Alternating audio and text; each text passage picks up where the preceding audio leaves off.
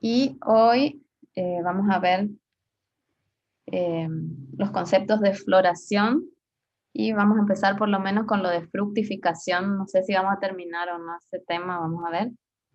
Y después para el viernes quedaría la última unidad de cultivo in vitro.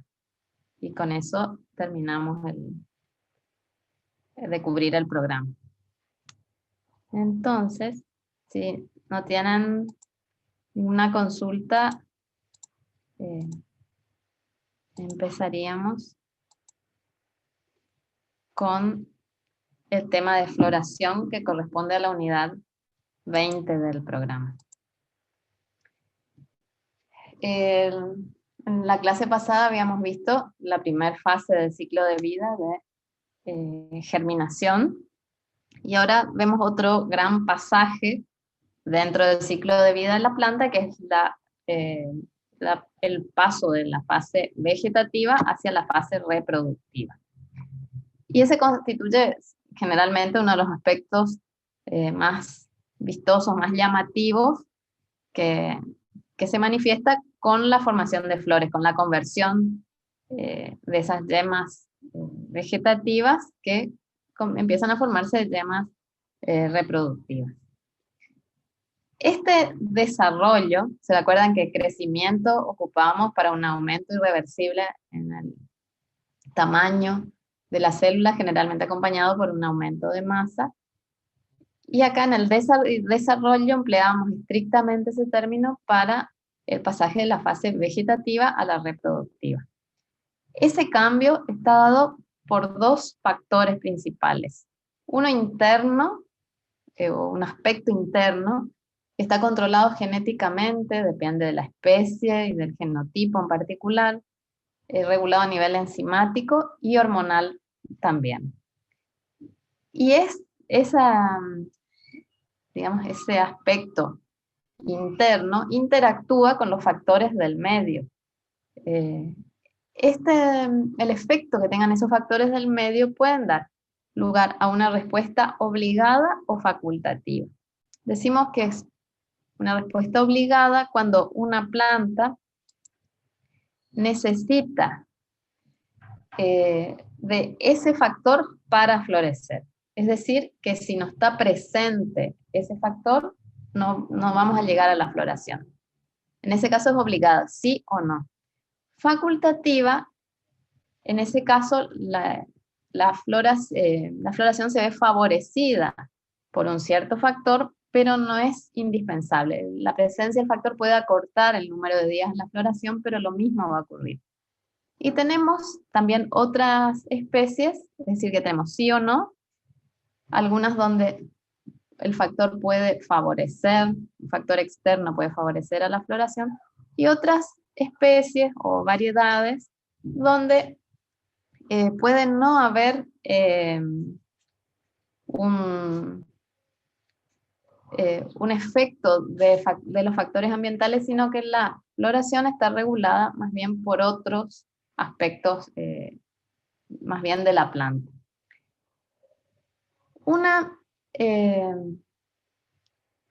planta pasa de una fase juvenil, donde en general tiene ciertas características, puede haber un cambio, digamos, puede tener algún tipo de hojas que después no está presente en la fase adulta, una etapa vegetativa adulta, y después recién pasa a la etapa reproductiva.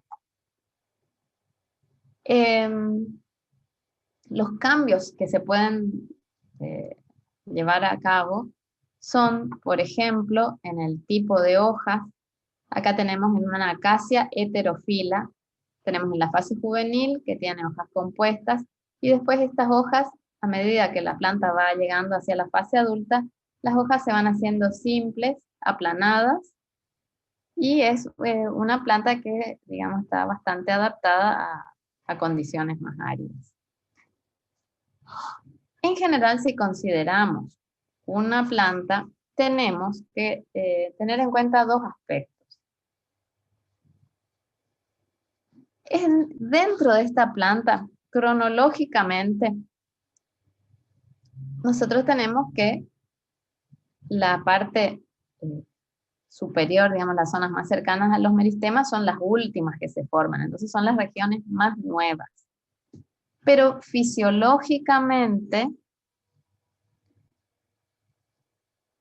la parte que, digamos, esto es distinto porque fisiológicamente la parte más joven de una planta es aquella que se formó primero durante el ciclo de vida de esa planta. Es decir, las regiones basales son fisiológicamente más jóvenes porque se formaron cuando la planta tenía menor edad, había, digamos, acumulado un menor número de años, menor trayectoria. En cambio, las partes más recientes, las partes más cercanas a los meristemas son cronológicamente más nuevas, pero fisiológicamente más viejas, porque ya acarrean todos los cambios epigenéticos que haya podido sufrir esa planta durante su vida.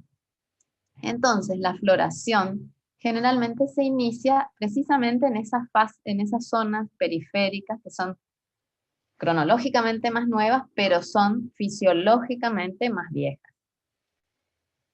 Y en la parte basal tiende a conservar características juveniles. Por eso, si ustedes tienen que rejuvenecer una especie de arbustiva o arbórea, en general lo que se hace es cortarla cerca de la base para que se produzcan brotes que son fisiológicamente más jóvenes y van a tener otras características, por ejemplo, más fácil enraizamiento. En muchas especies, alcanzar un tamaño adecuado puede ser más importante para pasar a la floración que en realidad la edad que tenga, sino que necesitan tener un cierto crecimiento, una cierta acumulación de reservas, y eso es más bien lo que va a determinar el pasaje a la fase reproductiva y no tanto la edad de esa planta. Entonces, en esas especies, todo lo que pueda atrasar el crecimiento, como deficiencias minerales, falta de agua, falta de luz, temperaturas bajas, todo lo que retrasa el crecimiento va a ser como que le rejuvenece, como que evita que pase a la fase reproductiva. Acá tenemos el ejemplo en Hedera de algunas características que van cambiando en ese pasaje de una planta juvenil a una planta adulta. Y cambia no solo la forma de la hoja, sino también su espesor, la filotaxis, el tiempo que pasa entre que se forman dos hojas consecutivas, el tipo de crecimiento, la capacidad de enraizar, que en la adulta se reduce, la acumulación de antocianinas, y en la planta adulta la capacidad de formar ya flores. Es decir que en algunas especies hay un cambio más pronunciado entre una fase vegetativa y la fase adulta. Acá tenemos algunos ejemplos del tiempo que les lleva a algunas especies pasar a esa fase adulta. Por ejemplo, en la rosa puede llevar cerca de un mes. En la vid, un año. En la manzana, entre 4 y 8 años, algo similar para los citrus. En Hedera, que era esa planta que vimos recién, hasta 10 años. En la secoya hasta 15 años. En el arce hasta 20 años. En el roble hasta 30 años. Y en algunos abetos europeos hasta 40 años que tienen que pasar en esa planta hasta que pueden pasar a la fase reproductiva. Eso nos da ya una idea digamos, de la variabilidad que hay en el reino vegetal en ese pasaje de fase vegetativa a reproductiva. En otras especies dura muchísimo menos, incluso menos de 30 días, porque tenemos algunas plantas que vamos a ver más adelante, que se llaman efímeras, que cumplen todo su ciclo de vida en menos de un mes. Entonces, en otras, digamos, este periodo es muy breve. ¿Cómo llegamos hasta el desarrollo de flores? Nosotros en una planta tenemos primero crecimiento vegetativo. Llega un momento en esa planta en el que se vuelve competente, es decir, que adquiere la capacidad de responder a ciertos estímulos.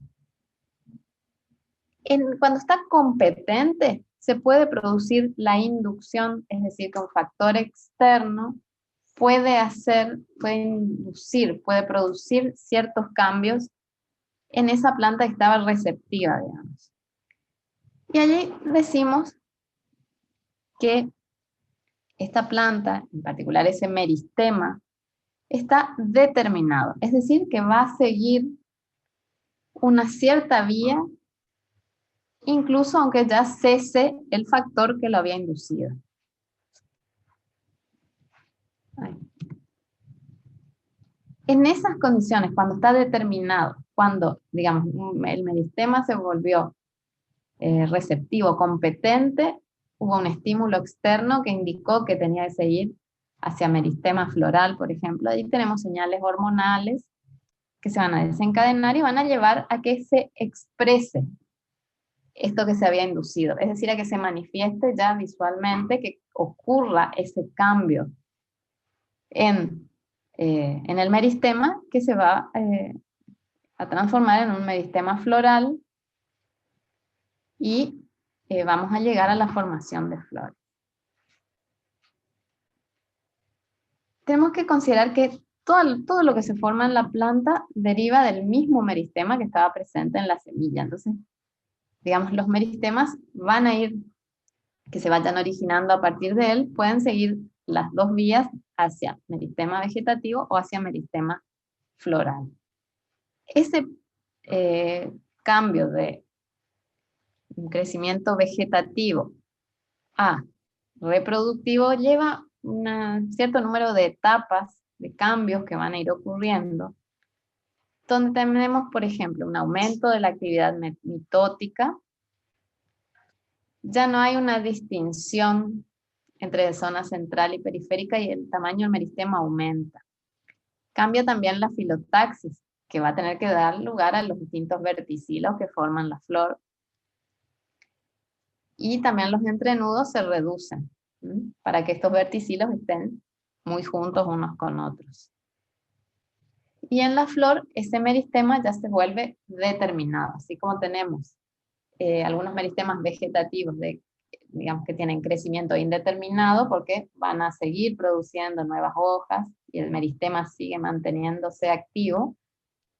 Cuando se forma un meristema floral, se vuelve determinado ese meristema porque ya forma la flor y ya no pierde su actividad meristemática.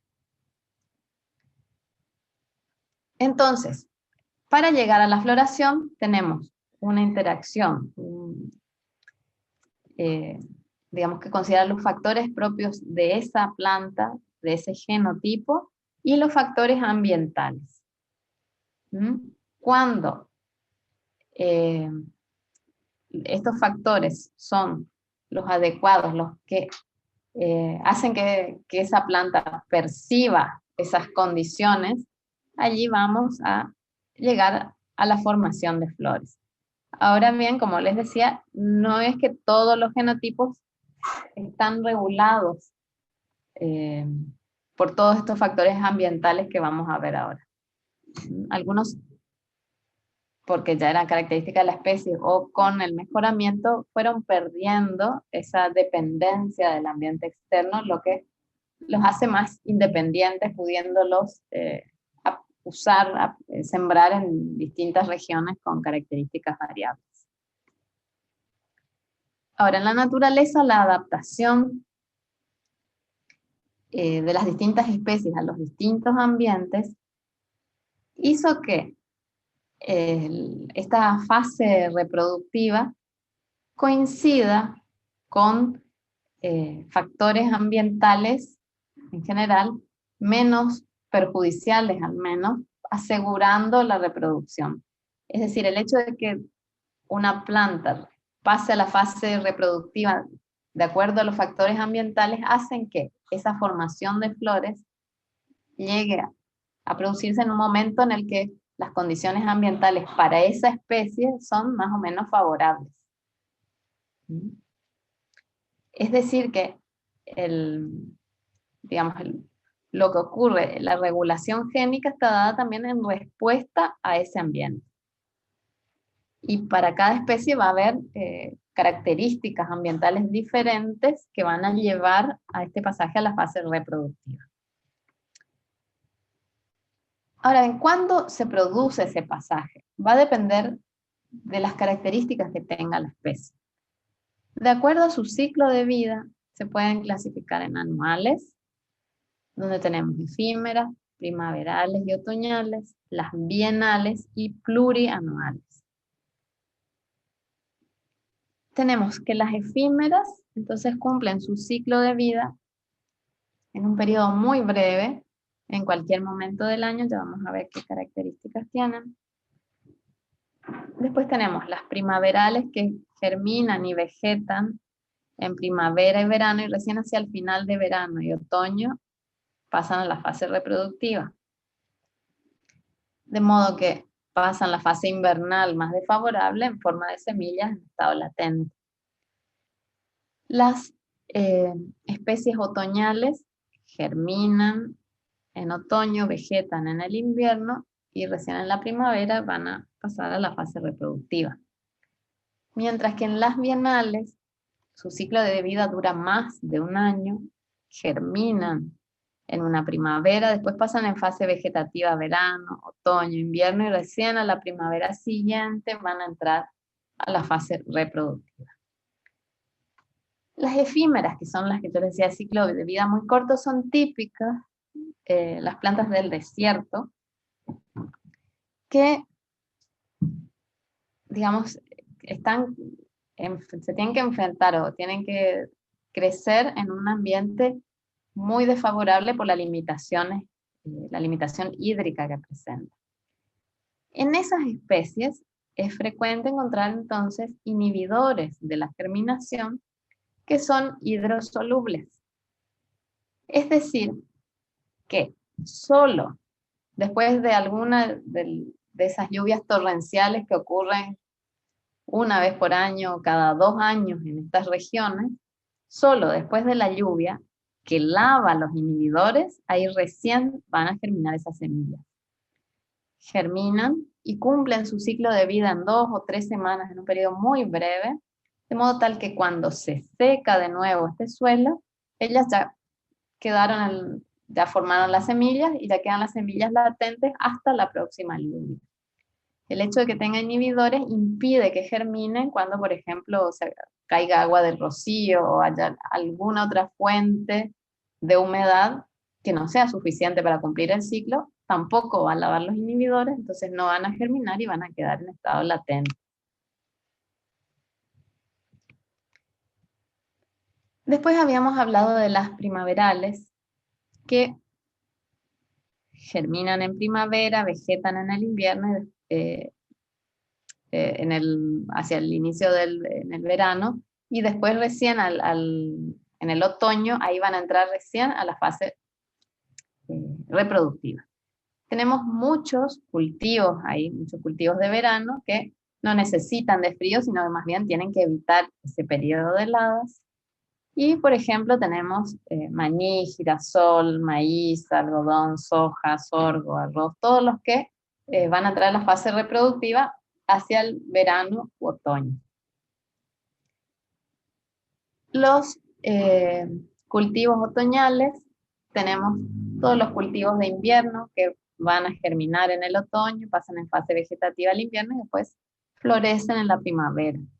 En general, estos requieren de un periodo de frío para pasar a esa fase reproductiva, pero tienen la ventaja de que están expuestos a condiciones ambientales que tienen una menor demanda atmosférica. Entonces, en general, están menos expuestos a déficit hídricos. Y ahí tenemos todos los cereales de invierno: trigo, avena, cebada, centeno. Y después tenemos las bienales, esas que tienen un ciclo de vida que dura más de un año, que van a germinar en una primavera, después pasan en fase vegetativa casi todo un año y después recién van a florecer. Allí tenemos, por ejemplo, el repollo, remolacha, la zanahoria, muchas de estas especies, entonces lo que hacen es, en ese primer año de fase vegetativa, acumular reservas en órganos subterráneos, y en el segundo año usan esas reservas para producir el escapo floral y pasar a la fase reproductiva. Y después tenemos las especies plurianuales, que son las especies perennes que tienen ciclos de vida de más de 2 años, como por ejemplo cítricos, forestales, etc. Podemos clasificar a las plantas también de acuerdo al número de floraciones.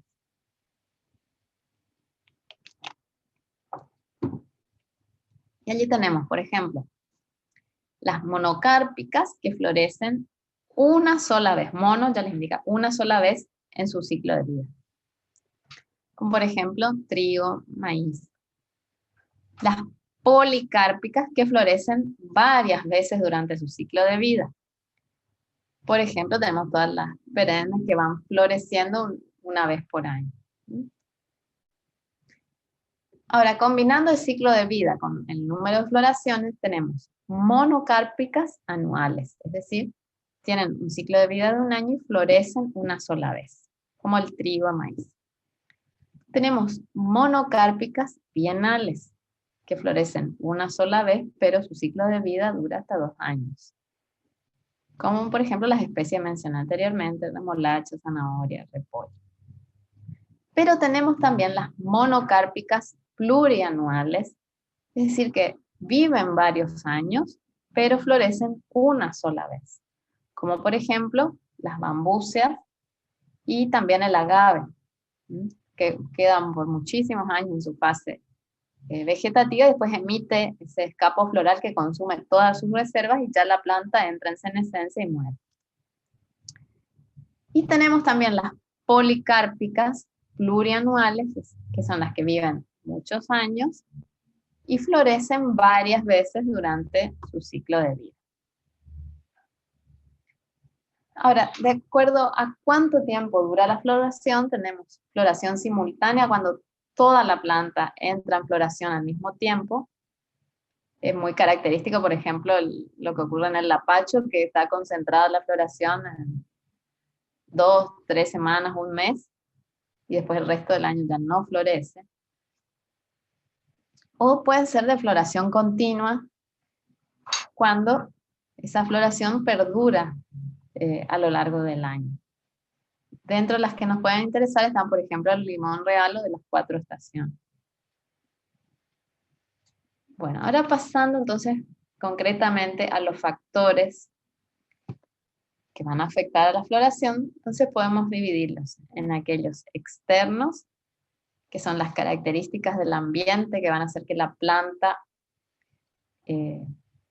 digamos, reconozca el momento del año en el que está y pase a la fase reproductiva, o factores internos propios de la planta, donde tenemos algunos fisiológicos y otros genéticos.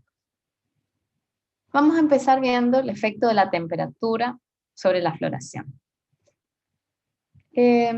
Los primeros estudios se hicieron, digamos, los estudios más exhaustivos sobre el efecto de la temperatura se hicieron a inicios del siglo pasado, donde Gassner, en Alemania, había empezado a comparar el efecto que tenían distintas temperaturas sobre la floración en una variedad de invierno de centeno. Y, es decir, una variedad de invierno que es la que va a florecer en esa primavera siguiente, y la comparaba con la variedad de primavera, que es la que germina y empieza a vegetar en la primavera y florece en ese verano siguiente. Vio que la variedad de invierno solo florecía cuando había recibido las temperaturas más bajas, mientras que a la variedad de primavera no le afectaba la temperatura a la que había estado expuesta. Ese tratamiento de frío se aplicaba a semillas embebidas, es decir, ustedes saben que la semilla embebida, esa embibición es la primera etapa en la germinación, cuando la semilla va a poder ya percibir el ambiente en que se encuentra, porque antes está latente. Pero digamos, se lo aplica a semillas embebidas, pero antes de que ocurra la germinación. En estos cereales, precisamente en estos, como el que había empleado, hay que distinguir entonces esas dos variedades, las de invierno, que necesitan, normalmente pasan por un frío invernal, porque germinan en otoño, entonces pasan por el invierno y florecen en la primavera y necesitan esa aplicación de frío, mientras que hay otras variedades, esas primaverales, donde germinan ya en la primavera y florecen en el verano, entonces no pasan por un periodo invernal normalmente, entonces la aplicación de frío no tiene un efecto sobre la floración.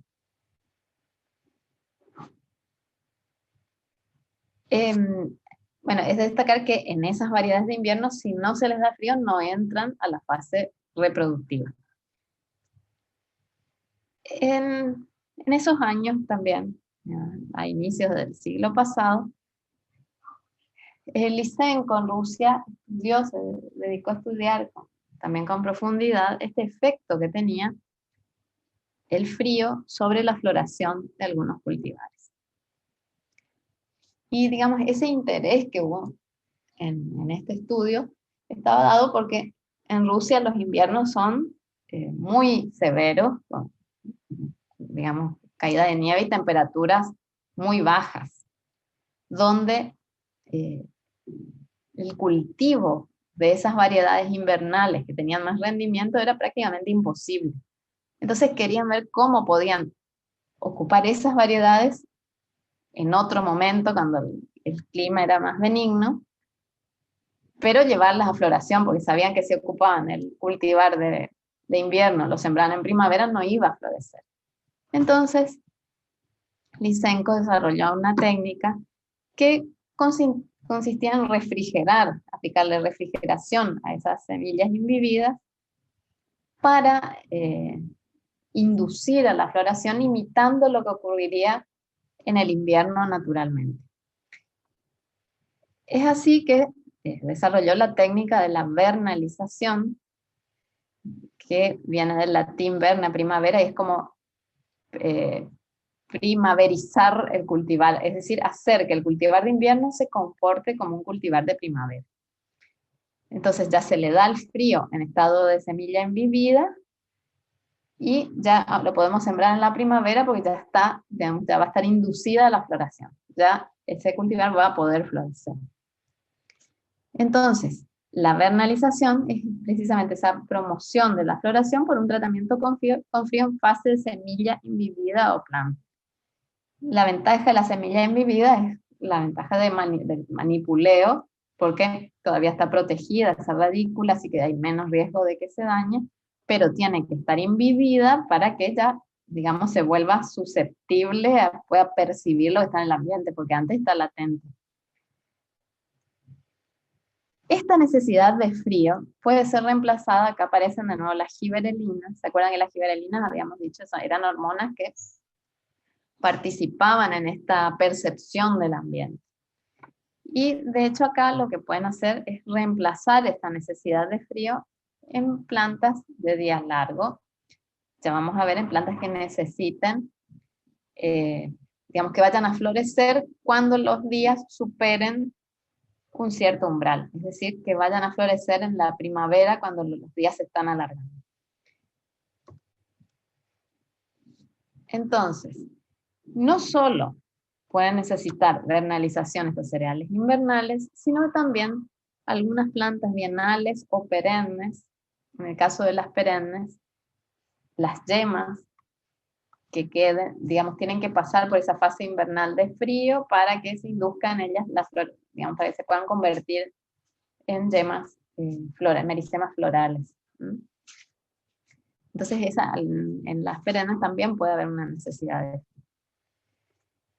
El lugar de percepción de esa temperatura son esos meristemas apicales, o en la semilla también tiene que estar, digamos, ya activada la germinación, es decir, tiene que estar sensible ya a su ambiente, el meristema tiene que entrar ya en actividad. Por eso se ha trabajado en semillas embebidas. Bueno, en algunas especies perennes se necesita ese periodo de frío para inducir a la floración del año siguiente. Ahora, Habíamos visto esta respuesta facultativa o obligada, que sería lo mismo que se podría hablar de cuantitativa o cualitativa. Una reacción cualitativa es de sí o no. Si no hay frío, la planta no va a florecer. Mientras que en una respuesta cuantitativa, la idea del número, el tratamiento con frío va a acortar, digamos, puede florecer sin frío, pero el tratamiento con frío acorta el número de días a la floración. Y esto se ve con esa variedad de centeno con la que trabajaba Gassner, que a medida que se trata con más días de frío, se necesita menor cantidad de días para florecer. Entonces, por ejemplo, con 50 días de tratamiento de frío puede florecer a los 40 días, mientras que si le damos solo 10 días de tratamiento con frío, va a necesitar prácticamente 4 meses para florecer. Es una respuesta cuantitativa, donde el frío acorta el número de días para florecer. Si fuese cualitativa, es sí o no. Con frío florece, sin frío no florece. Obviamente esta vernalización, esta percepción de frío, no es mágica en la conversión, en la formación de meristemas reproductivos, sino que lo que hace es, digamos, activar ciertos genes que van a llevar a la degradación de los represores, y si yo ya no tengo lo que reprime la floración, quiere decir que la floración se va a activar. Y así, digamos, este es uno de los factores que va a hacer que se formen meristemas florales. Puede ser reemplazado, habíamos visto, por las giberelinas, que directamente ya activan el gen que lleva a la floración.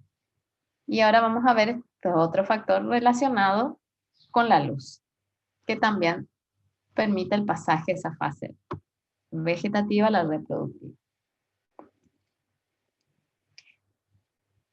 Hasta inicios del siglo pasado también se creía que la floración era como una respuesta a una buena fertilización. Y ahí recién Gardner y Allard empezaron a estudiar bien el fenómeno, porque habían visto que una variedad de tabaco podía crecer en el verano vegetativamente hasta 3 metros y no entraba en floración. Entonces eso les pareció extraño y probaron cultivarla en invierno en invernáculos a esa variedad y ahí florecía. Entonces fueron variando distintos factores y vieron que lo que la afectaba no era la temperatura, porque era independiente de eso, sino que lo que tenía un efecto era precisamente esa duración del día, que en invierno con días cortos se inducía y en el verano no.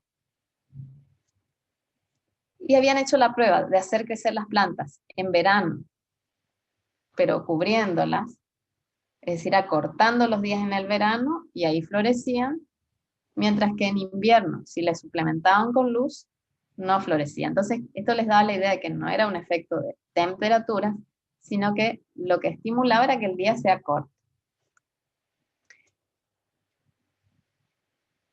Acá tienen digamos, la magnitud a la que puede llegar la planta, creciendo vegetativamente sin florecer si no están dadas las condiciones externas de fotoperíodo necesarias para que ese genotipo entre en floración.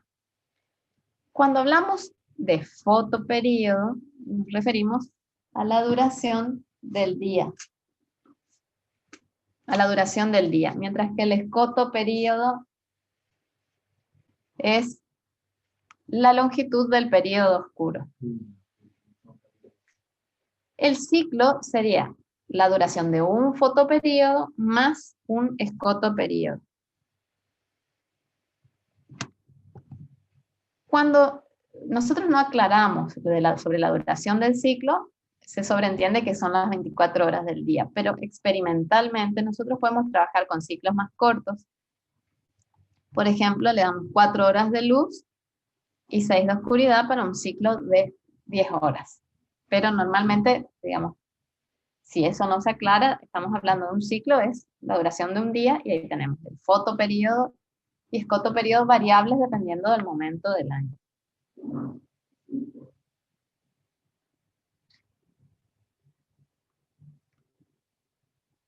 Hablamos de ciclo fotoinductivo cuando estamos refiriéndonos al número de ciclos con un cierto fotoperiodo necesario para inducir a la floración.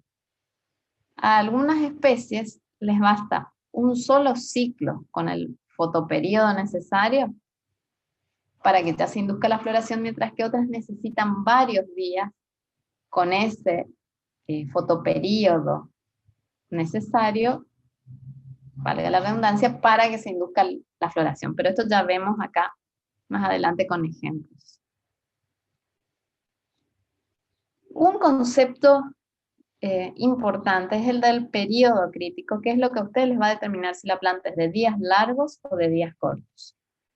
El periodo crítico es la duración mínima del periodo de luz para que una planta de días largos florezca, es decir, el mínimo requerimiento de duración del día para que la planta de días largos florezca. O bien el máximo de fotoperíodo que tolera una planta de días cortos para florecer. Es decir que digamos, el concepto, ya vamos a ver, no está dado en términos absolutos, sino que depende de la especie. Y una de días largos va a florecer, entonces, cuando la duración del día supere a ese periodo crítico. El periodo crítico para esa es el mínimo de horas del día que necesita para que florezca. Por encima va a florecer, por debajo, no. Y en las plantas de días cortos es lo opuesto. Es el máximo fotoperiodo que le permite florecer. Por encima de eso no va a florecer. Va a florecer cuando el fotoperiodo sea inferior a ese umbral.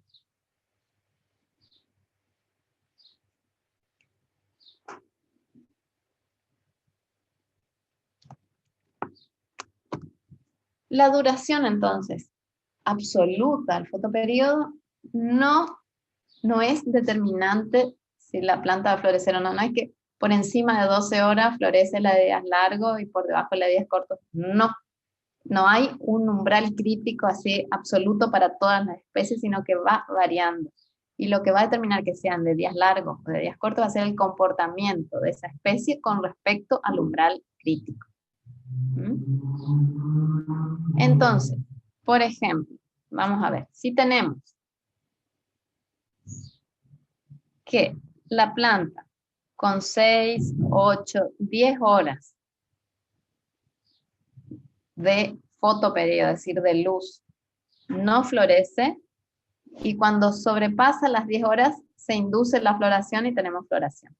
Esa es una planta de días largos, que va a florecer cuando el fotoperiodo supere al umbral crítico. Cuando el fotoperiodo se hace más largo, la planta florece. Por el contrario, si tenemos plantas que no florecen con 18, 16, 15,5 horas de luz, pero cuando el fotoperiodo se acorta más, es decir, estamos yendo en el otoño hacia el invierno, cuando se acorta ese fotoperiodo, se llega a la inducción de floración. Esas son plantas de días cortos. En estas otras nosotros tenemos el invierno con días muy cortos que no permitan la floración. Llegamos a un momento, puede ser hacia el final del invierno, donde los días ya se van alargando, o en la primavera, donde los días superen a su umbral crítico y ahí se induce la floración. Es decir, que van a florecer en el verano. Mientras que en estas otras especies, con días largos, en todo el verano no se induce la floración, y puede ser que recién o a finales del verano o en el otoño recién se alcance una duración del día lo suficientemente corta como para que se induzca floración y esa especie florezca. Entonces, vamos a ver algunos ejemplos. En el beleño, por ejemplo, si nosotros decimos que su periodo crítico es de 12 horas y tenemos que la duración de luz de 11 horas no induce la floración. Mientras que si le damos 12 horas y media, florece. Esta es una planta entonces que va a florecer cuando la longitud del día supere su umbral crítico, es decir, que va a ser una planta de días largos. Tiene este mínimo umbral que tiene que ser superado para que la planta florezca. Tenemos, por ejemplo, Santium, que es un abrojo, donde tiene un periodo crítico de 15 horas y media. ¿Qué pasa? En ese caso, si la duración del día es de, por ejemplo, 15 horas, no va a florecer.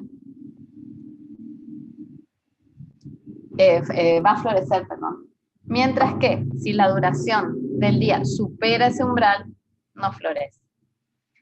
En este caso tenemos entonces este umbral por encima del cual la planta no florece, pero por debajo del cual sí.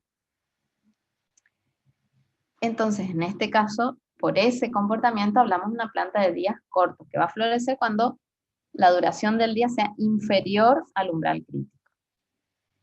Fíjense que acá tenemos una planta de días cortos que tiene un umbral crítico superior al de la planta de días largos, es decir que no se puede decir que por más de 12 horas es de días largos, menos de 12 horas de días cortos. Ese es un error común. Lo que determina que una planta sea de días largos o de días cortos es su comportamiento con respecto al umbral crítico, si florece por encima o por debajo. Pero el valor de ese umbral crítico es muy variable dependiendo de la especie. Fíjense, esta tiene 15 horas y media de umbral crítico. Es decir, con 15 horas, una duración del día larguísima, pero esa planta no va a florecer.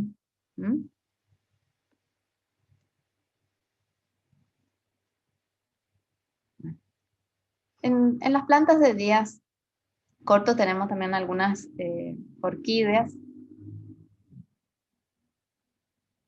donde, por ejemplo, acá tenemos un periodo crítico de 16 horas, por encima de este no va a florecer, lo que nos va a indicar que es una planta de días cortos, que va a florecer cuando la duración del día sea igual o inferior a ese umbral crítico.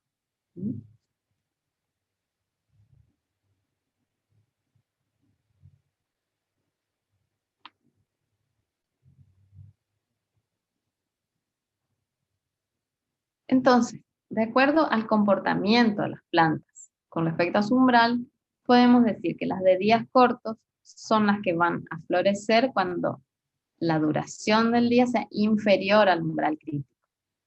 Es decir, que tienen un límite máximo por debajo del cual recién van a florecer. Y las plantas de días largos van a florecer cuando la duración del día sea superior a ese umbral crítico. Estas tienen un mínimo de días de horas de luz para satisfacer y recién por encima de ese van a florecer.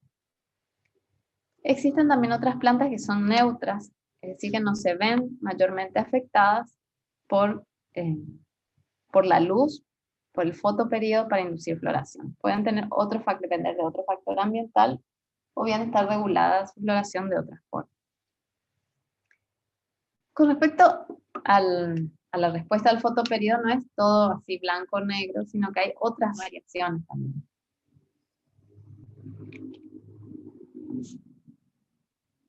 Así tenemos longidiurnas, brevidiurnas, pero hay algunas también intermedias que tienen requerimientos más específicos. Entonces, las longidiurnas o de días largos, ya las mismas, necesitan superar ese umbral para florecer. Dentro de estas hay muchas que son plantas en roseta, que primero tienen ese crecimiento vegetativo y cuando la duración del día supera un cierto umbral, ahí recién van a emitir ese escapo floral,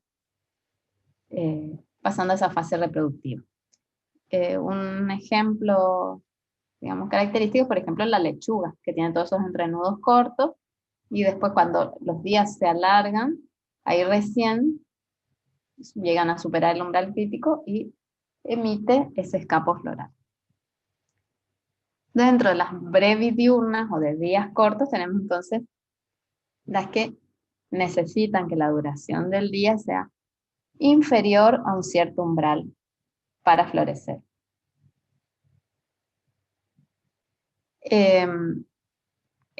Acá tenemos, por ejemplo, la soja, el maíz, que van a florecer cuando la duración del día sea inferior a su umbral crítico. Existen también otras intermedias que florecen con fotoperíodos ni muy largos ni muy cortos, es decir, que tienen un requerimiento, un fotoperíodo intermedio. Y dentro de estas hay algunas variaciones, como las longibrevidiurnas, que primero necesitan días largos, característicos del verano, y después días cortos para que se induzca la floración. Brevilongidiurnas, que tienen que pasar por ese periodo de días cortos, característico del otoño-invierno, y después de días largos, para que ahí recién se induzca la floración. Y después existen otras que se llaman anfifotoperiódicas, que pueden florecer o con todos días largos o con todos días cortos, pero digamos necesitan un cierto lapso de tiempo con todos días largos o todos días cortos para que se induzca a la floración. Son, digamos, algunos ejemplos particulares. Y después tenemos muchas especies indiferentes que no responden al fotoperiodo para la inducción de la floración. En muchos casos son las especies cultivadas durante la domesticación. Se fue perdiendo esta dependencia del fenotipo para florecer también, porque hace que las podamos sembrar en cualquier momento del año, siempre y cuando obviamente sean las condiciones de temperatura adecuadas. Las hace como más versátiles. A nosotros nos conviene esto.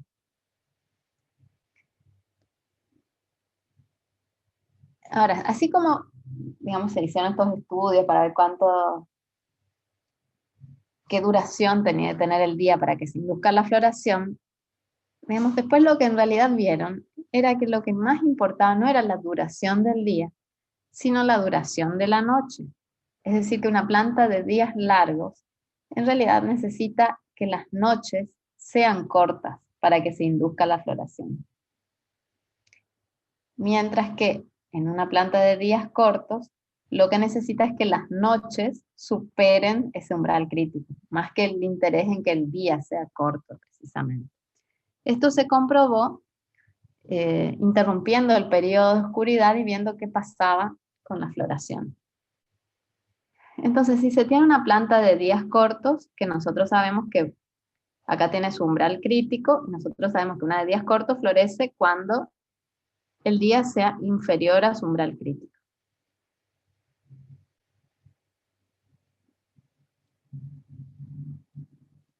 ¿Qué pasa entonces con esta especie si yo interrumpo ese periodo nocturno?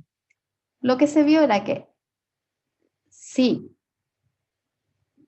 el periodo nocturno digamos, se le daba un flash de luz a esa planta, haciendo que en lugar de tener una noche larga, sean como 2 noches más cortas en realidad, porque acá se interrumpe con luz, esa planta no florece.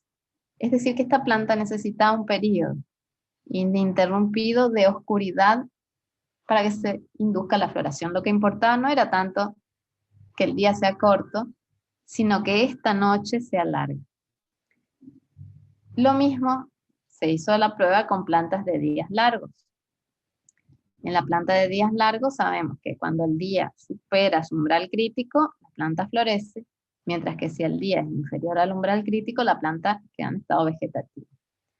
Cuando se interrumpe este periodo nocturno con un flash de luz, lo que ven es que esa planta florece.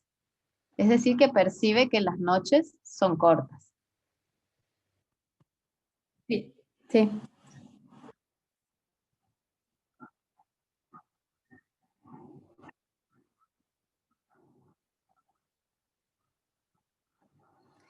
Y eso depende, puede ser desde unos pocos minutos, lo que tiene que ser es suficiente.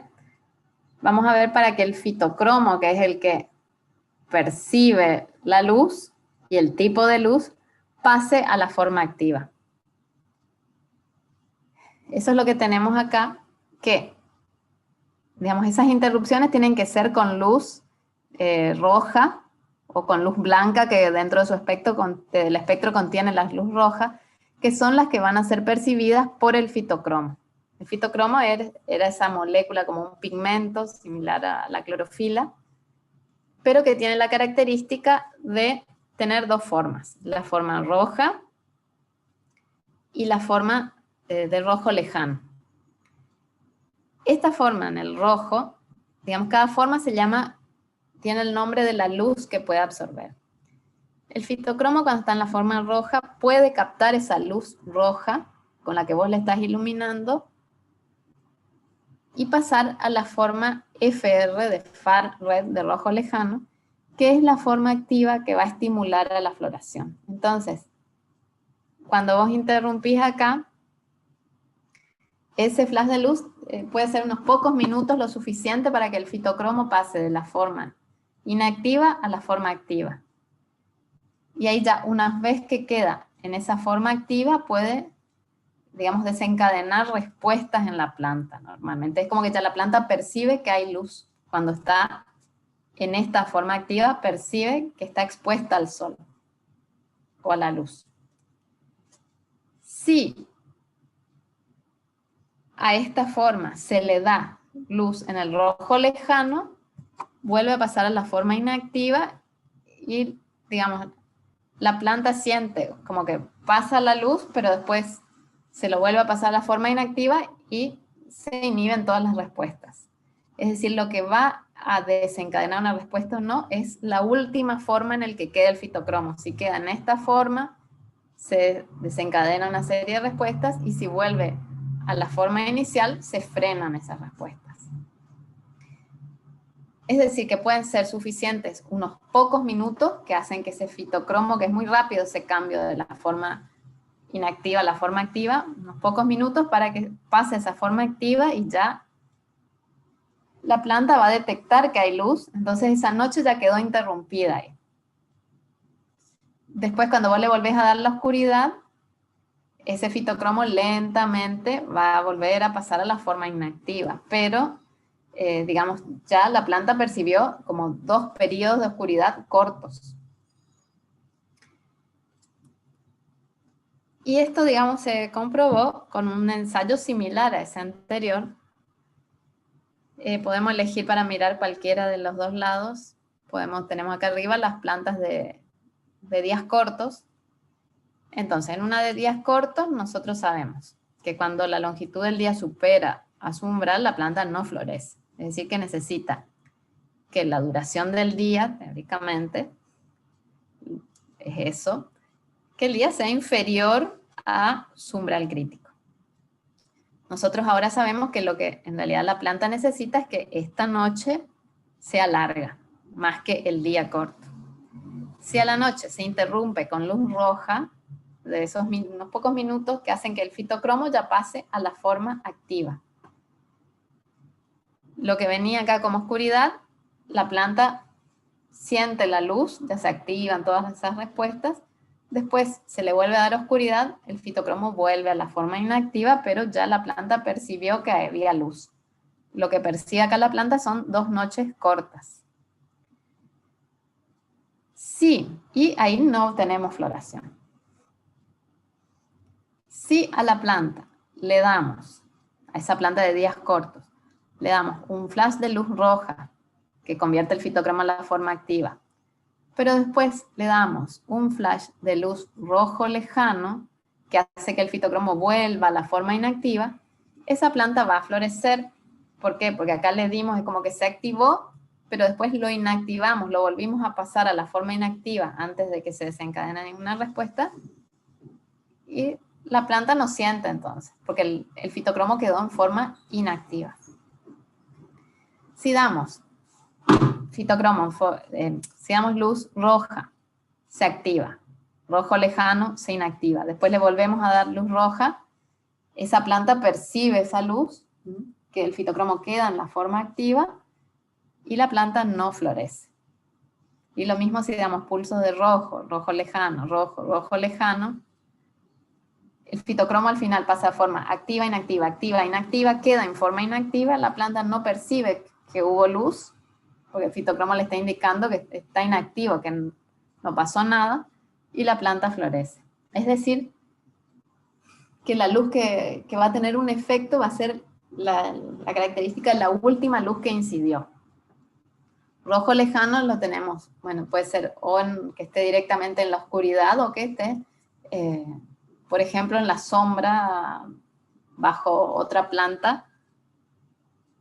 La luz que le llega está enriquecida en el rojo lejano, entonces la planta como que percibe esa sombra y va a desencadenar una cierta respuesta. Esa es una característica del fitocromo, que no solo percibe la luz, sino que también está percibiendo si es luz en el rojo, es decir, que está incidiendo luz solar directa, o es rojo lejano, es decir, que está en la sombra o está en profundidad si fuese una semilla. Está indicando a la planta presencia de luz, pero también la posición, le está dando características de ese ambiente en el que está creciendo esa planta. Por eso el fitocromo también tiene mucha participación cuando hay competencia entre plantas y se están sombreando, por ejemplo. Es uno de los fotorreceptores que está dando información a esa planta. Bueno. Bueno, la calidad de luz es, digamos, es esto que estábamos hablando, el tipo de luz que vaya a incidir.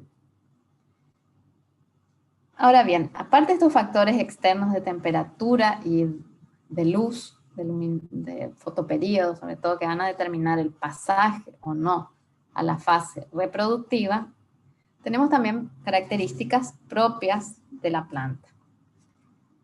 A ver.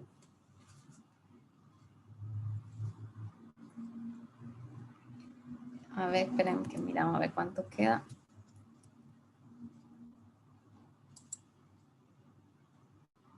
Ahí. No sé si quieren hacer una pausa y seguimos, porque después empezaríamos por lo menos con la primera parte de fructificación.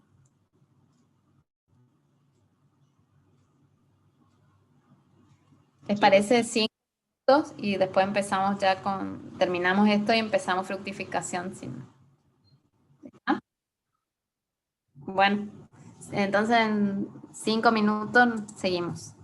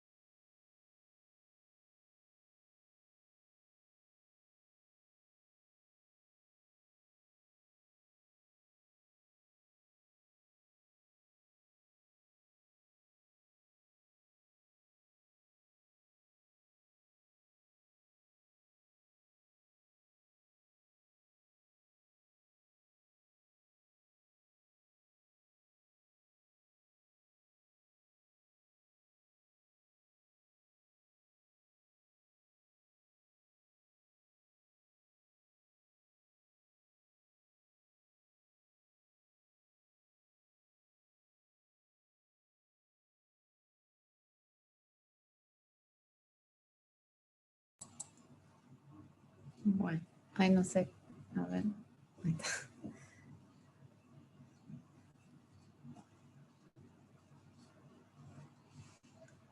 A ver. Estamos.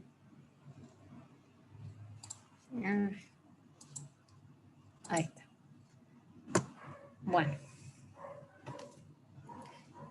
Ya se habrán preparado el mate, así que acá seguimos con, entonces ahora los factores internos que van a determinar que la planta pase a esa fase reproductiva. Tenemos ahí en ese sentido factores, digamos, de carácter más bien fisiológico, ahí como la regulación hormonal, algunas teorías que proponen algún balance de nutrientes, los ritmos circadianos, y después tenemos factores puramente genéticos.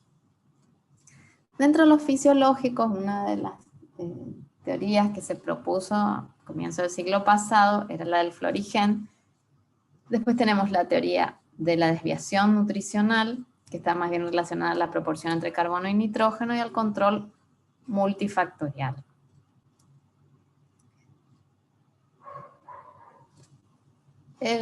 Con respecto al florigen, digamos, desde que se comenzó a estudiar lo que, digamos, la información que pudieron recopilar era que era una sustancia sintetizada en las hojas y que se podía mover hacia los ápices donde estimulaba la formación de flores. Entonces, si se realizaban injertos, como acá tenemos este injerto de una hoja que venía de plantas que habían sido expuestas a días cortos, y esta hoja venía de plantas que habían sido expuestas a días largos. Vean que al hacer el injerto solo se estimulaba la formación de flores cuando la planta venía de otra que había sido expuesta a días cortos. Es decir, que en días cortos se sintetizaba algo que hacía que se induzca la floración en esas plantas y que esto se podía transmitir por injerto, es decir, era una señal que se podía mover. Mientras que si venía de días largos, que es un fotoperiodo no inductivo para esta especie, digamos, lo único que se producía era la brotación y nada más. Lo mismo se vio haciendo injertos que venían de una planta donde ya tenía una inflorescencia inducida. Si se colocaban en otro pie, se inducía la floración en ese pie. Es decir, que se podía mover induciendo floración en el pie del injerto. Y esto, a su vez, si está inducida la injertábamos sobre otro pie, también se inducía la floración y así sucesivamente. Así que era una señal que se podía transmitir. Bueno, lo mismo como esto que habíamos visto con una hoja que había sido expuesta a un fotoperiodo inductivo. Si la injertábamos sobre otros pies, podíamos inducir también la floración de esos pies. Y, digamos, era entonces una señal, una cosa, algo que se producía en esas hojas que habían sido expuestas al fotoperiodo adecuado y que era una señal móvil. Hasta ahí se había llegado, digamos, con esto. Después vamos a volver sobre este tema. Esa sería la teoría del florigen, una señal que se genera en las hojas y que se puede mover estimulando la floración. La otra teoría era la de la desviación nutricional, donde, digamos, lo que proponía era que la floración estaba dada por la relación entre carbono y nitrógeno, de modo tal que, digamos, se iba a inducir cuando el ápice vegetativo recibía una mayor cantidad de fotosintatos, estimulando, digamos, de azúcares, digamos, esa gran cantidad de energía, digamos, en cierta medida disponible, hacía que ese ápice se vuelva reproductivo. Es decir, que en esta teoría acá tienen,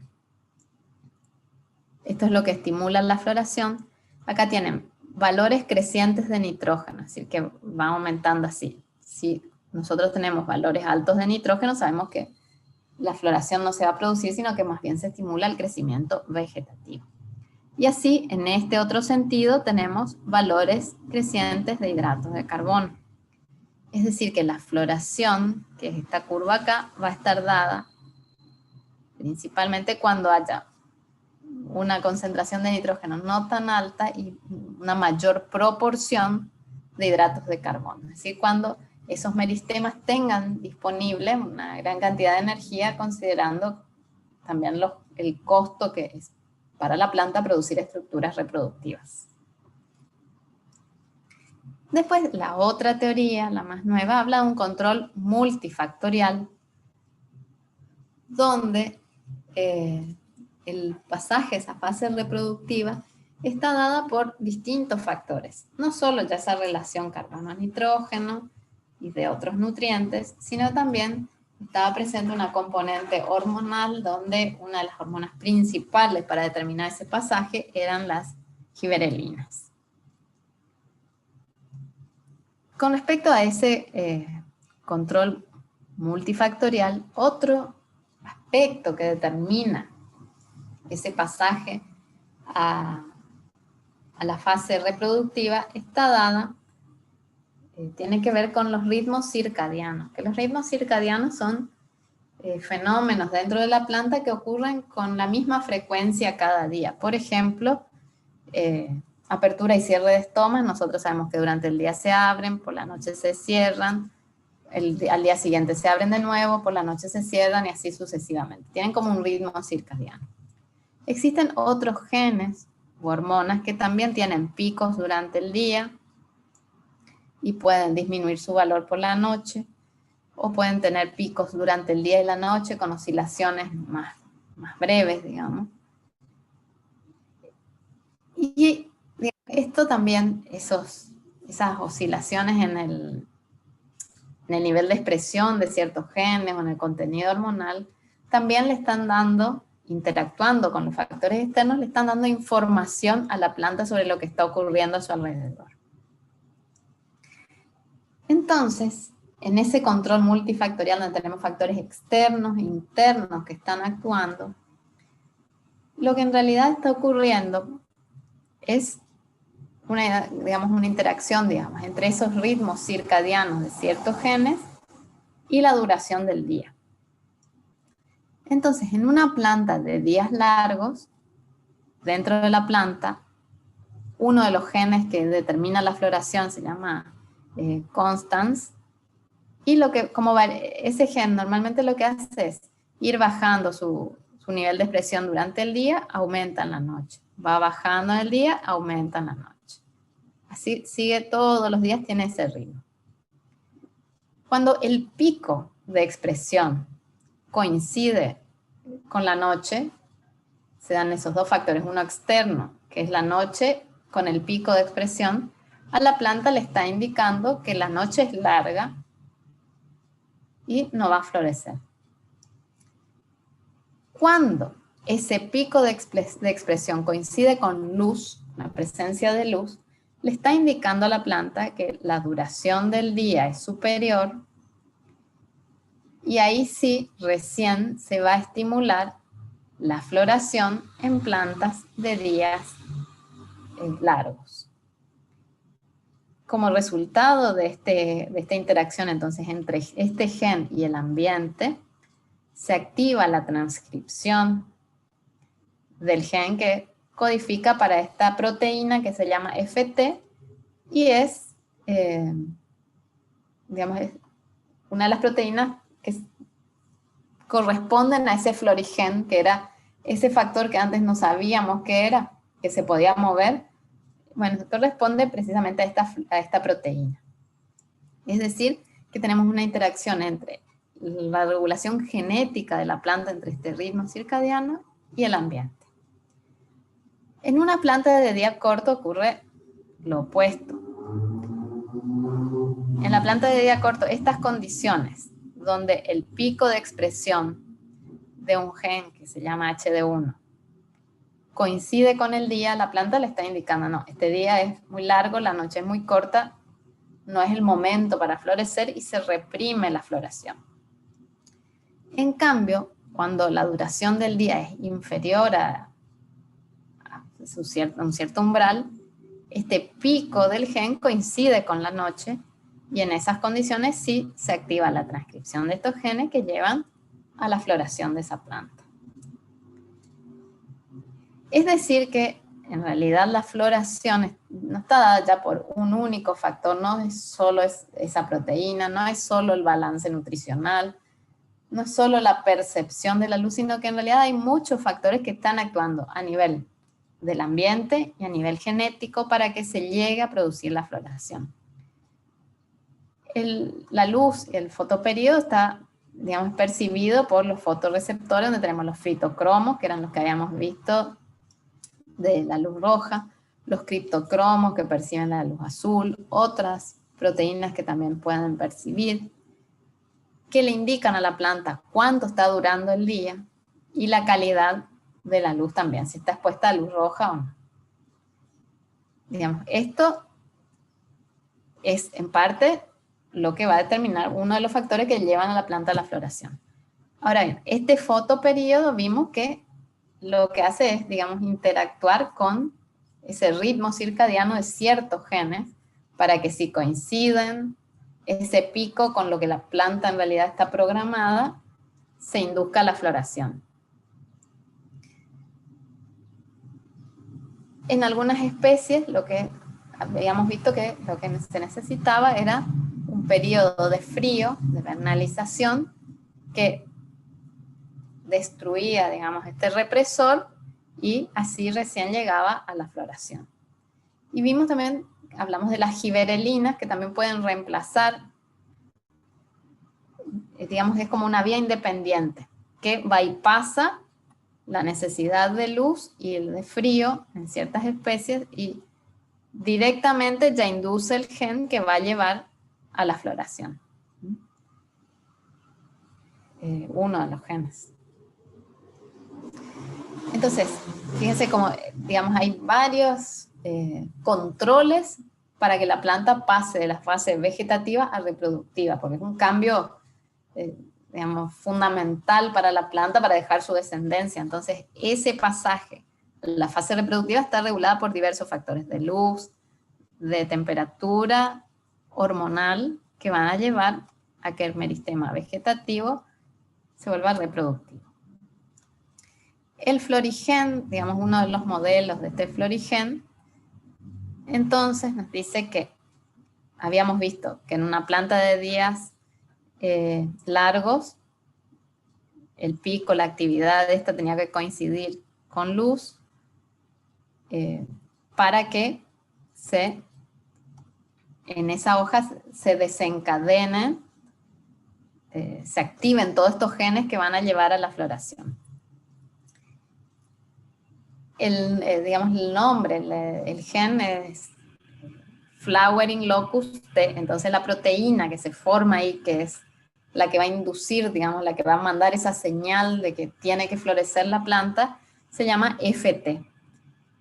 Y esta proteína puede viajar al meristema apical,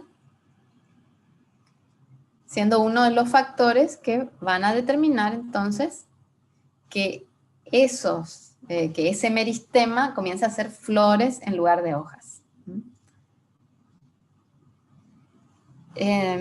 Lo mismo habíamos visto cómo está la regulación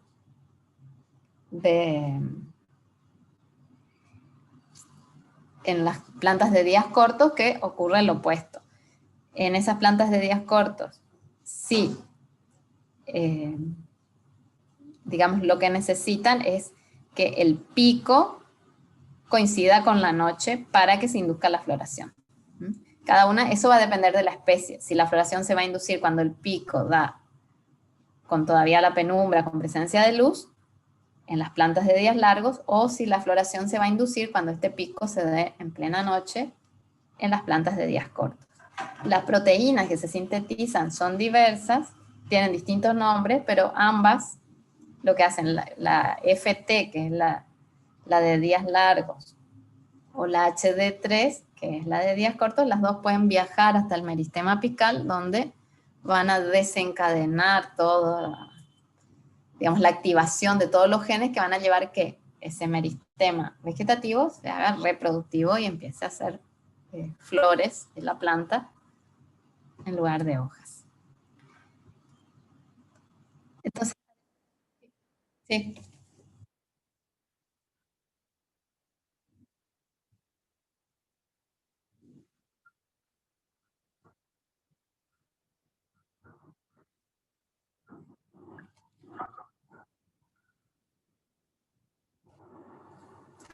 ¿Cómo, discúlpame, cómo?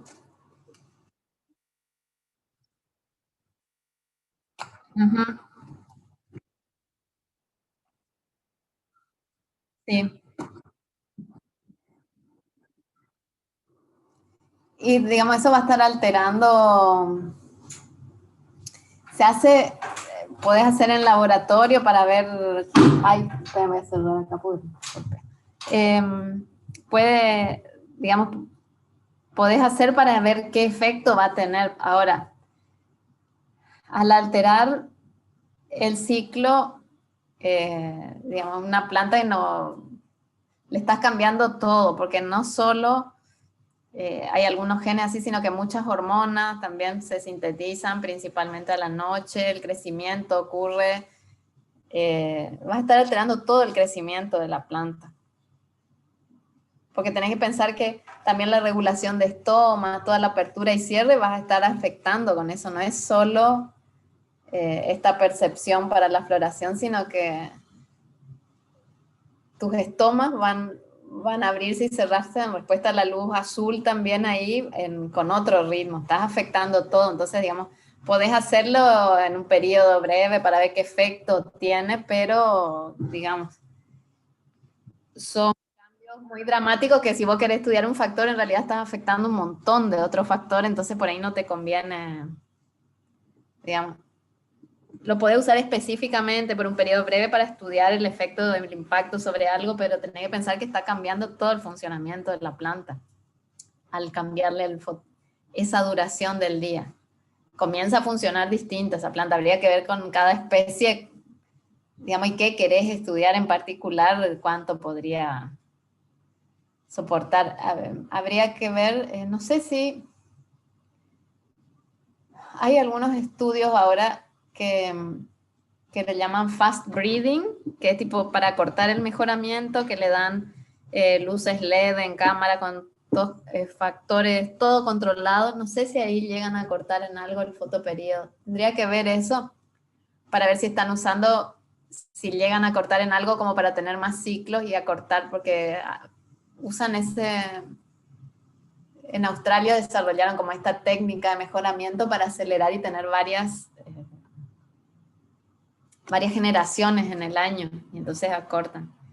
Pero lo que tendría que ver es si ahí están acortando en algo el ciclo, pero tenés que tener en cuenta que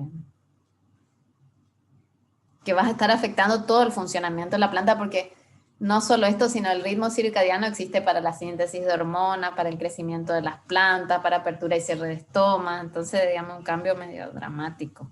No es que poder acortar así nomás y esperar que no ocurran otros cambios más graves en la planta. Ahora, y ahora me responde que miro acá rapidito a ver si en esa técnica, si encuentro, si llegan a cortar en algo, bueno, ahora no quiere. Bueno, después me fijo y...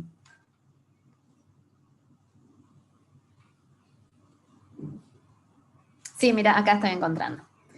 En esa técnica, que es una técnica particular de mejoramiento para cortar, que lo que buscan es acortar, ahí no es que haces ciclos, digamos, no es que como que acortás, que haces pocas horas de luz, oscuridad, sino que directamente le dan luz por, dice, por 20 a 22 horas de luz por día. Digamos, el ciclo se mantendría igual, pero le das un fotoperiodo extremo y le permite a las plantas fotosintetizar por más tiempo, entonces crecen más rápido y pueden llegar a tener hasta 4 a 6 generaciones de trigo por año, en lugar de las 2 normales. Esa es, digamos, una técnica que desarrollaron, que le dan luces LED, todo, digamos, una cámara para favorecer el crecimiento a full y acortar. Pero, digamos, ahí el ciclo sería de todavía 24 horas, solo que cambiamos un fotoperíodo al máximo. Hay que tener en cuenta, vos le estás dando ahí luz, digamos, le estás afectando en un montón de cosas. Ahora, con esta especie funcionan bien, no les falta agua, entonces, por el hecho de que estén en cámaras de cultivo, entonces, aunque tengan los estomas abiertos, van a estar transpirando más tiempo, pero no es un problema, no es que necesita recuperarse en la noche, porque son condiciones controladas, entonces, manteniendo la luz, estomas abiertos, la planta fotosintetiza por 20 horas al día, y digamos así acortan el ciclo. Obviamente esa planta tendría que ser insensible al fotoperiodo para que se induzca la floración, pero bueno, ahí sí le dan ya todas las condiciones controladas. Usaron, bueno, en trigo, que tienen de días largos, ahí pueden dar. Había visto también algunos trabajos con algunas leguminosas, que ahí no sé qué fotoperiodo tendrían, pero bueno, ahí en el trigo no sería un problema porque los días largos le están dando pueden inducir a la floración, así que no, en el caso de esos cereales estaría perfecto. Es una técnica que usan, ahí modifican el fotoperiodo, pero para producir, digamos, para cortar, que la planta fotosintetice, complete a full su crecimiento. Justo esos días largos estimulan la floración, así que no es un problema para llevarla a la fase reproductiva y ahí pueden hacer varios ciclos por año.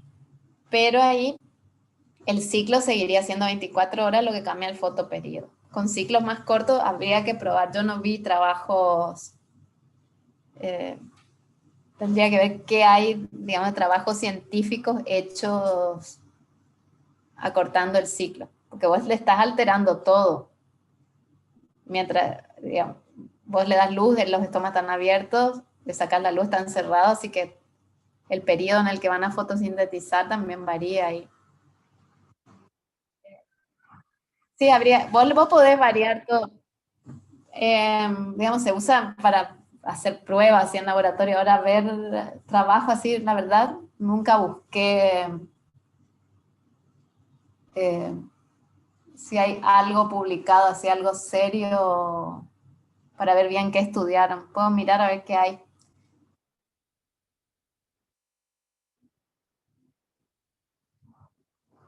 Sí, sí, pero bueno, en una cámara podría ser, pero no sé, no se me ocurre ahora. Capaz para ver la expresión de un gen o algo así, vos podrías alterar, pero en general no.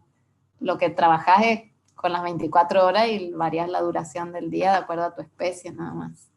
Pero, pero voy a ver que hay algo para el viernes, les veo si encuentro algo así, algo serio. A ver, anoto. Bueno. Eh, y factores genéticos. Entonces, vimos los fisiológicos, donde tenemos una percepción del ambiente, de la luz, de la temperatura, interacción hormonal, y vimos la expresión de algunos genes, pero ahora vemos, digamos, genéticamente qué hace que se forme una flor, más que ahora ya percepción de ese ambiente, sino qué hace que se forme una flor. Esa formación de flores está dada por dos grupos de genes. Unos que hacen que el meristema floral se convierta el meristema vegetativo se convierta en floral, y otros que hacen que, digamos, que están regulando la formación de los distintos verticilos dentro de la flor.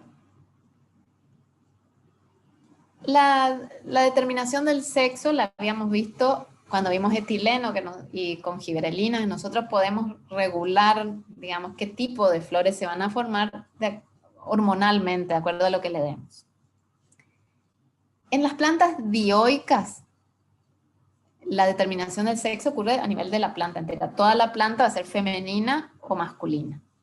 En las plantas diclino-monoicas es aquella donde nosotros podemos participar porque pueden producir flores femeninas o masculinas y nosotros, dependiendo de las condiciones ambientales en las que van a estar creciendo, y ahí nosotros podemos con hormonas alterar esa formación de órganos femeninos o masculinos. Ahora bien, con respecto a las estructuras florales propiamente dichas, existen tres grupos de genes, perdón, A, B y C, que van a determinar la formación de los 4 verticilos dependiendo de la interacción y de la presencia de estos. Cuando tenemos los 3 grupos de genes, tenemos una flor completa, con carpelos, estambres, pétalos y sépalos. La presencia del grupo C nos da los carpelos, C y B nos dan estambres, B y A nos dan los pétalos y los A nos dan sépalos. En algunos casos existen mutaciones que pueden hacer que desaparezca uno de estos grupos y entonces vamos a tener flores con una morfología alterada. Por ejemplo, si desaparece el grupo C, que era el responsable de carpelos y estambres, vamos a tener simplemente una flor con sépalos y pétalos. Si desaparece el grupo A, que se acuerdan que era responsable de pétalos, de formación de pétalos y sépalos, vamos a tener una flor con solo carpelos y estambres. Y si se pierde el grupo B, vamos a tener todo, solamente sépalos y carpelos, pero perdemos los estambres y los pétalos. En algunos casos se pueden ver a veces hay algunas flores donde se encuentran una de estas morfologías alteradas. A veces en lugar de los estambres se pueden ver que hacen pétalos, por ejemplo. Pueden ser mutaciones que lleven a eso. Para que esté la flor completa, están estos 3 grupos de genes interactuando para que se formen todos los verticilos de una flor. Bueno, este tema de floración está en todos los libros, pueden sacar del que les guste más. Incluso está en el Montaldi más chiquito también, que ahí tienen lo de vernalización. Digamos, estén atentos con las temperaturas de vernalización, pues son temperaturas bajas, pero dependiendo de la especie, puede ser entre 5 y 15 grados, dependiendo de la especie. Para alguna especie es 15 grados, está a una temperatura baja, para otras necesitan 5 grados para que se produzca. Pero bueno, están en cualquiera de los libros, pueden incluso leer de ese Montaldi que está... están todos estos factores, así que ese suele ser el que prefieren, a veces está también ahí, así que pueden leerlo de cualquiera. La última parte de regulación de ritmos circadianos y de la identidad de ese florigen la van a encontrar en el libro de Thais, que es el más nuevo. En ese, digamos, ya explica un poco mejor lo que antes se sabía que era simplemente una sustancia que se movía, porque son, digamos, trabajos más bien recientes, todos los de la identidad del florigen, que es esa proteína, y en los libros más viejos no los van a encontrar. Entonces eso está en el Thais, que la versión en castellano está puesta en los recursos, en el Drive, en los recursos del aula también. Bueno, y con eso, ay, qué tarde. Bueno, vamos a empezar brevemente hasta donde lleguemos la parte de fructificación. Terminamos el viernes y ahí ven la última unidad, que es la de cultivo in vitro. Bueno, entonces, ve acá.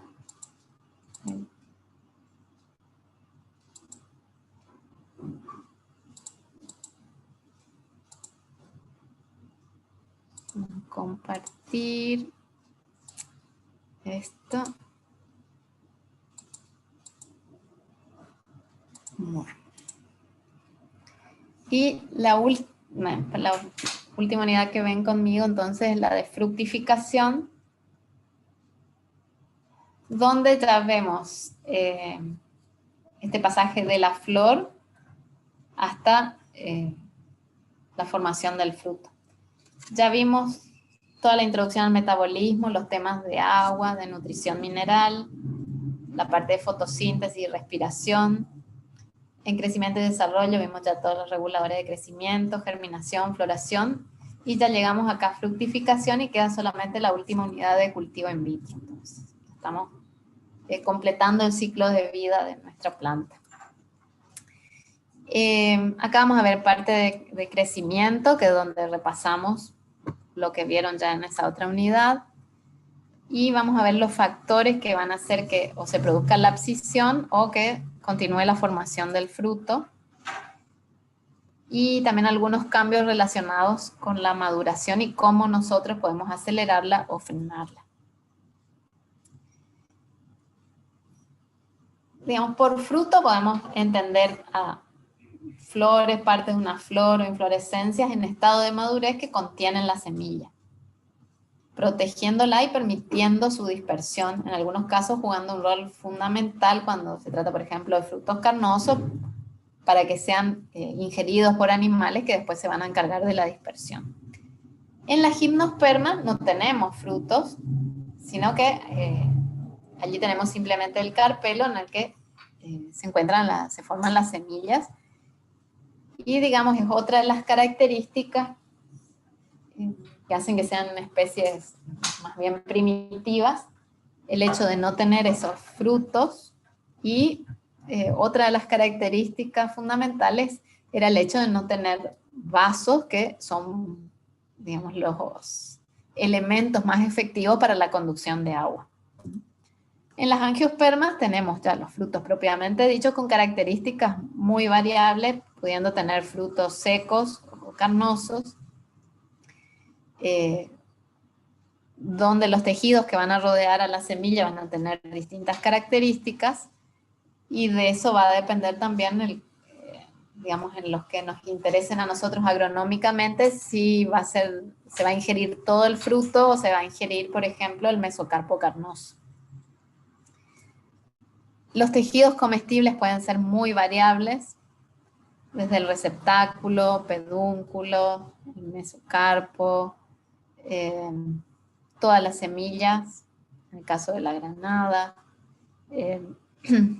todo el tejido placentario en el tomate, el pedúnculo en el higo, digamos, el tejido que se va a consumir puede ser muy variable y por eso tenemos también una gran diversidad dentro de los frutos. Ahora sí, en todo, para que se inicie su formación, tiene que ocurrir la polinización y la fecundación, es decir, que tiene que germinar ese grano de polen y el tubo polínico tiene que llegar hasta el óvulo.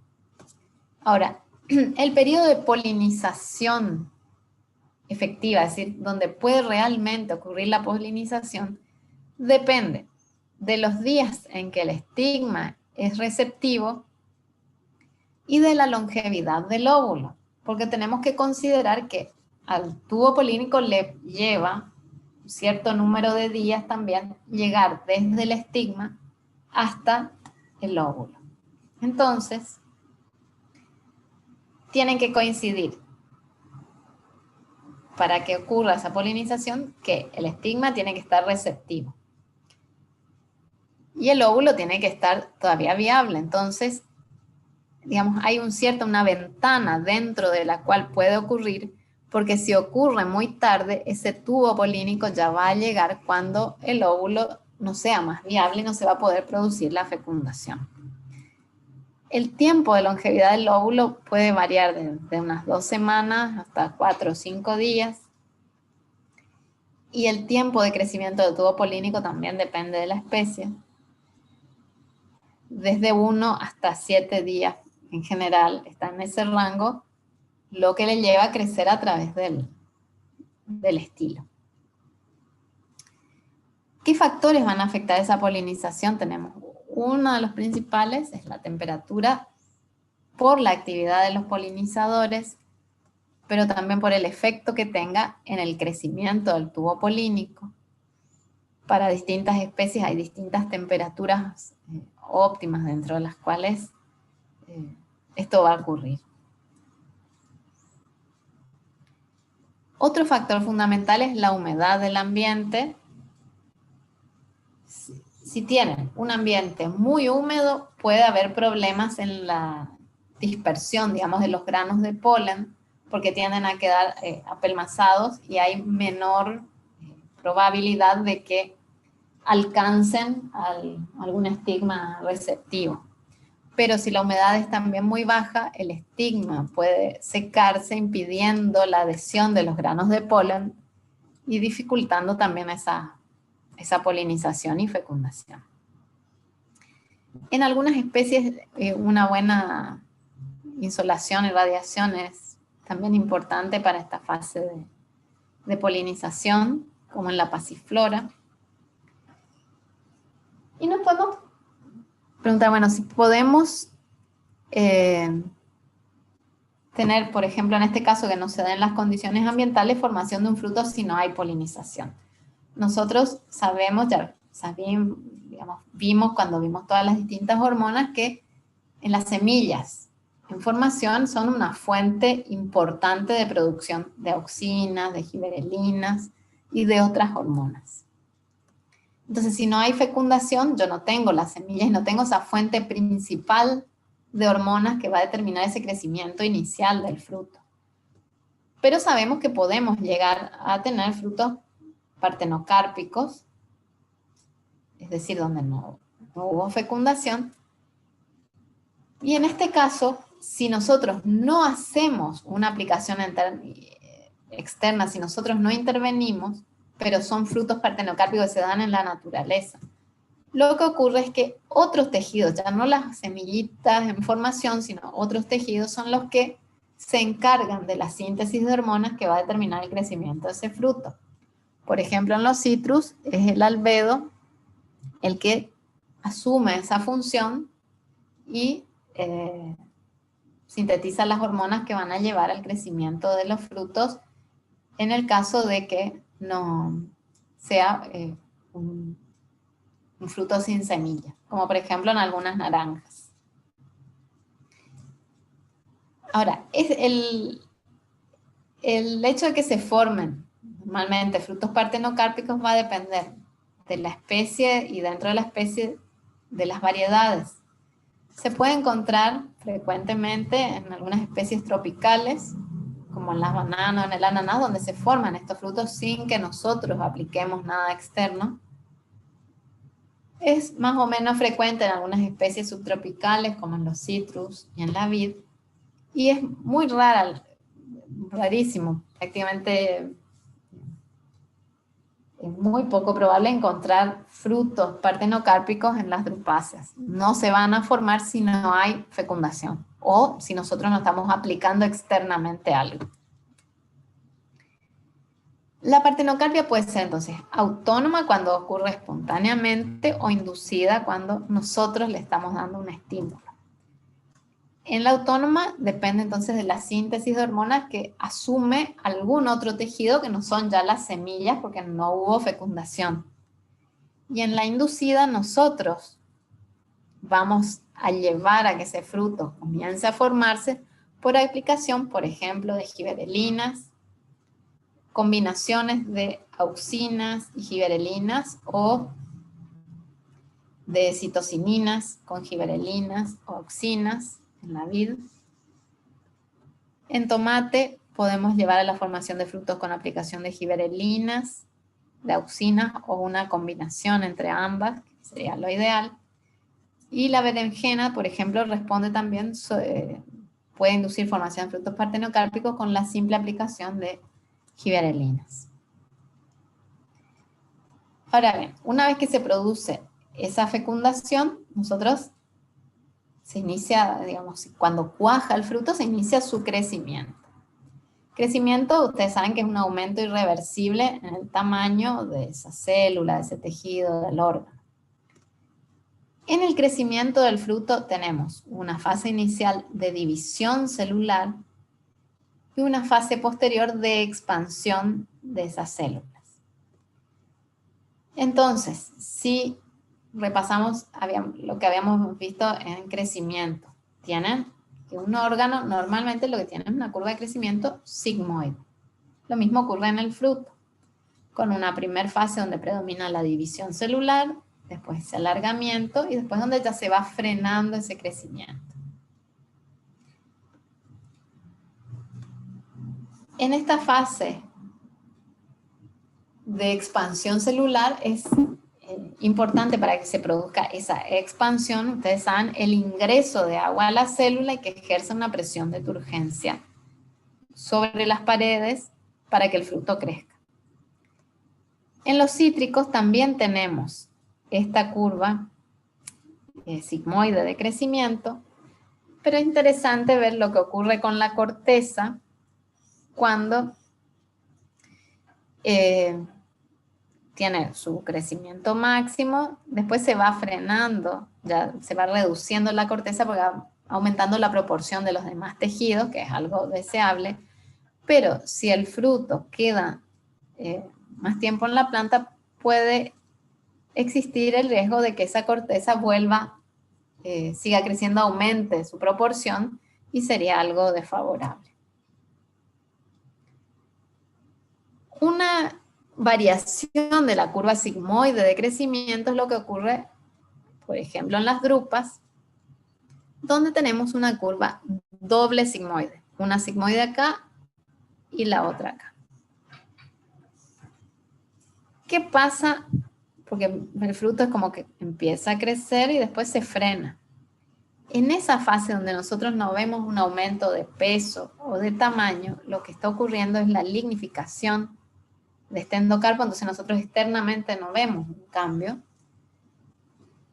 pero sí se está produciendo la lignina acá, y después recién tenemos una segunda fase de crecimiento que corresponde precisamente al crecimiento de esta parte carnosa por ingreso de agua a las células, que es esta segunda curva sigmoide.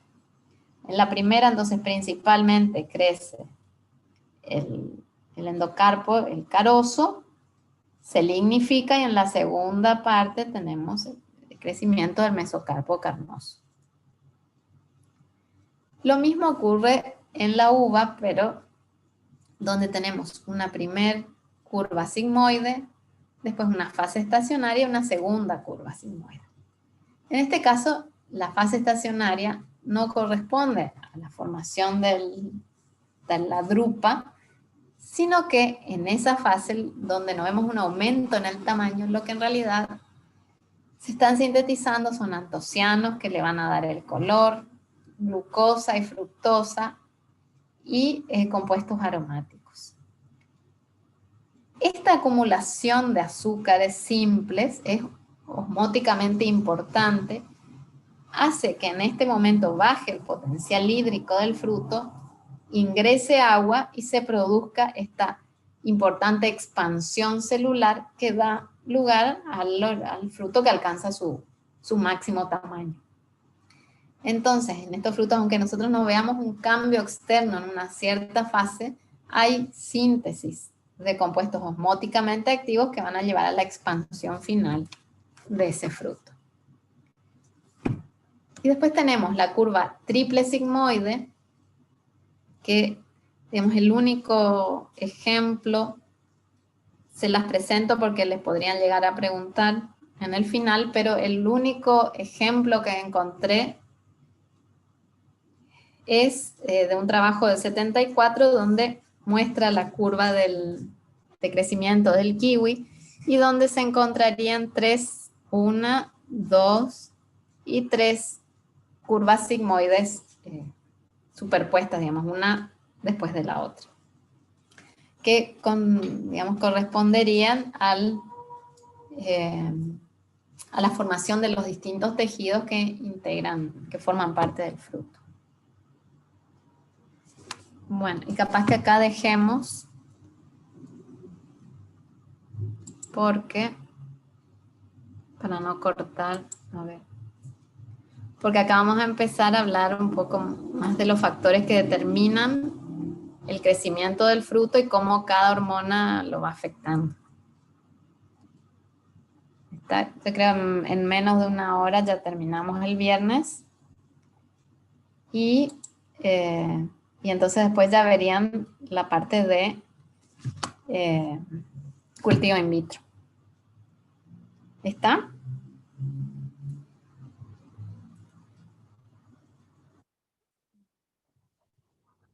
El viernes. El viernes ya se termina, porque esto, bueno, en menos de una hora ya terminamos y después ya tienen lo de cultivo in vitro que corresponde a la unidad 22 y ahí ya quedan libres de las teorías. Quedaría la semana que viene el trabajo práctico de germinación.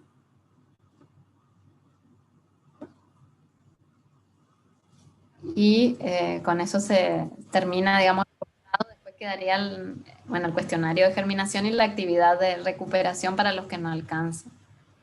Profe, el trabajo práctico se habilita la semana que viene y la próxima recién hacemos o ese día. Y vamos a hacer la semana siguiente para que tengan tiempo para repasar. Yo ya les voy a avisar, pero como ya no vamos a usar los miércoles, no pueden habilitar. Por ahí podrían tener ya el miércoles todos los grupos que tengan el cuestionario de germinación el miércoles siguiente. Y entonces esa semana ya podemos cargar la actividad de recuperación para que ustedes ya vayan haciendo y no lleguen, digamos, no ir tan allá en el tiempo. Probable que sí, que el miércoles siguiente ya tengan el cuestionario. Eso ya voy a hablar con una profesora que les da de germinación y ya organizamos eso. Se les va a avisar con tiempo igual para que se preparen. Bien, gracias. No sé si tienen alguna otra pregunta. Bueno, entonces nos vemos el viernes a las 8 y ahí concluimos con este tema. ¿Está? Chao, profe, hasta el viernes. Chao, Gracias. Hasta el viernes. Chao, chao.